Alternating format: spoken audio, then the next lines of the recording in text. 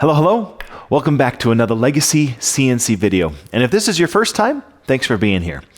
Now today we're going to kick things off by jumping right into the next part on our adjustable threaded bar stool project.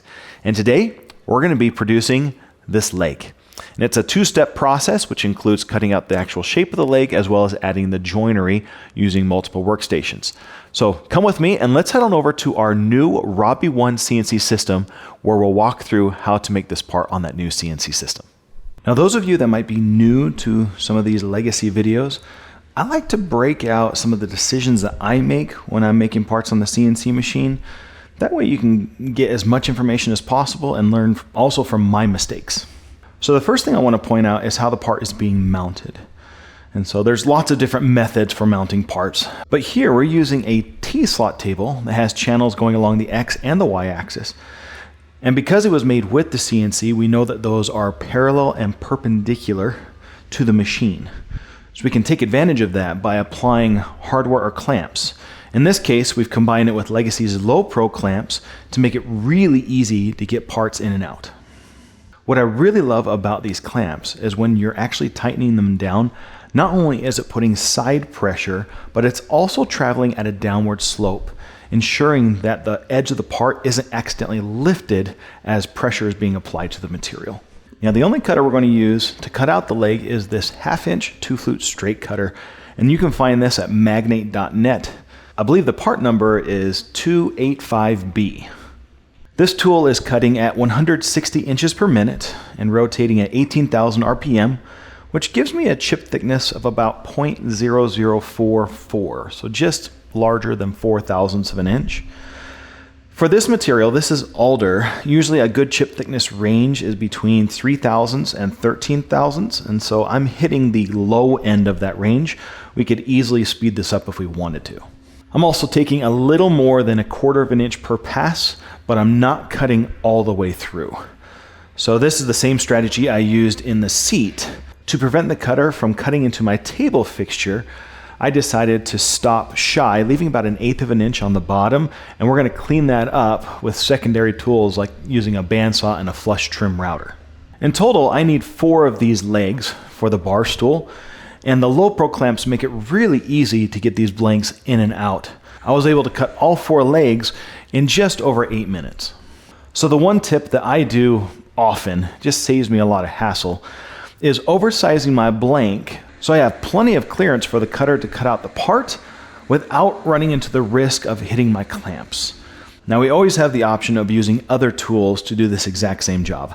For example, I could use a 3/8 or even 1/4 inch tool to cut out the shape of this leg. However, this same cutter I'm going to be using in another part in the project. And so you get to decide whether or not you wish to order more cutters so that you can minimize your wasted material, or you just simply use the same cutters throughout the project whenever you can, and you have less money being spent on your tools. Since we're planning to make this project available for CNC users, we typically lean towards saving cost on the cutters versus on the material. But the beautiful thing about CNC and already having the CAD/CAM files for a project is you can always come back and change cutters, make blank sizes different in order to save cost on your material. Now we can go do the final cutout. I'm just going to use a bandsaw to run along the cutting edge.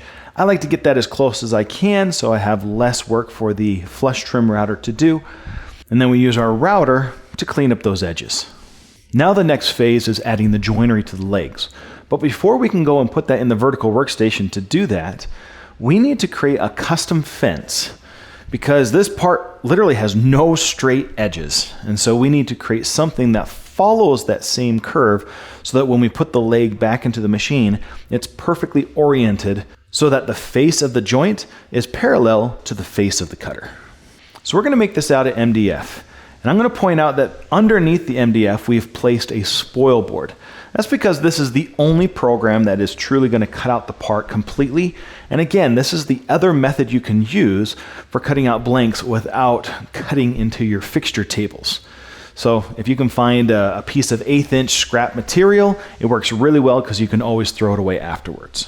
Since I'm using the same 0 position as what I used in the legs, the only thing I had to adjust on the machine was my Z0 position, which has now been changed from the top of the T-slot table to now the top of that spoil board table that the MDF is resting on. We're going to use 2 tools to create this fence. The first is a 1/4 inch drill bit. And this is used to drill out a hole pattern that matches the exact same hole pattern on the vertical plate. I'm spinning this drill bit at about 3,000 RPM, which is a little fast for what most drill bits are rated for, but our spindle has a limit of how slow it can go before you just don't have enough torque to push the tool through the material. So 3,000 seems to be a good sweet spot that we've experimented with, and we're drilling at 30 inches per minute. Now, I mentioned in the last video that this project is not the first time that we've done this. We've done it on other CNC systems as well. We just wanted to see if we could get this done on this new Robbie CNC.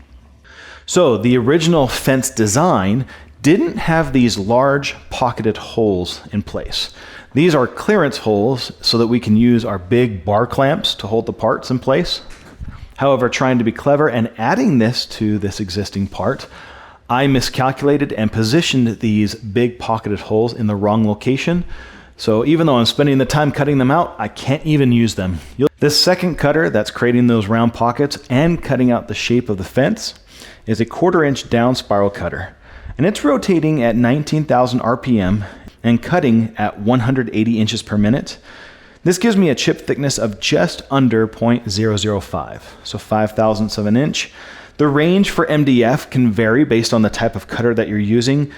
This range for this type of tool was between 0.003 and 0.007 thousandths. Now we can go set up the vertical workstation to finish our legs. But first, we have to remove our table fixtures. And this is simply done by removing a couple of bolts that have a hole pattern for both the T-slot table and the base tables. And I'm going to remove both table fixtures across the width of the machine to expose both the turning center and the vertical workstation. When I originally filmed this, I actually kept the horizontal fixture in play as I produced all of the parts for the horizontal table. So for example, the threaded nuts, the seat, the legs, the fences, the fixture plates, all of those were done first on the horizontal table, and then I tore off the table to get access to the other workstations. So this fence that we cut out is the reverse shape of not only the legs, but also the threaded nut components. And those parts are coming in the next video. It's really cool to see that by matching those hole patterns, we can easily position this fence and part to be in the perfect position to add our joinery. Here I mentioned earlier that I couldn't use those bar clamp through holes, but there was one spot here where I had enough clearance to use one. The rest I replaced with Incra Build-It clamps, and these simply thread directly into that vertical plate. Now my favorite tip for joinery is to first do a test cut of the actual shape of the joint, but not at a full depth. That way you don't have to build an extra part or a component that you have to throw away after. Just do a shallow cut. In this example, I cut a 1/16 of an inch deep, and then we can measure that with a set of calipers to find out what the difference is and shift our 0 position that amount so that when we recut the program at full depth, everything is exactly where it should be. So in this example, I was only off in one direction along the y-axis, where the positive y edge was bigger than the negative y edge by 18 thousandths of an inch. I shifted the work offset half of that amount by 9 thousandths of an inch, and this splits the difference. The cool thing about this technique is even if I was way off by even, 1/10 of an inch in my X or Y axis, all of those shoulders that got cut a 1/16 of an inch deep are going to be filled in with glue during the assembly process. Even though this part is pretty straightforward on CNC, I love how we have the ability to add precision joinery to any type of custom shape or profile on the CNC system, and that we can be as picky as we want to be on the tolerances and accuracy of our joinery. Now, if you have any ideas on how you would approach this on your CNC or other means, please share those ideas and comments right down below. We'd love to start some conversations with you guys. Now, if you're interested in learning more about a legacy CNC system, there's lots of resources, including a pile of videos here on our YouTube channel. Have fun watching those.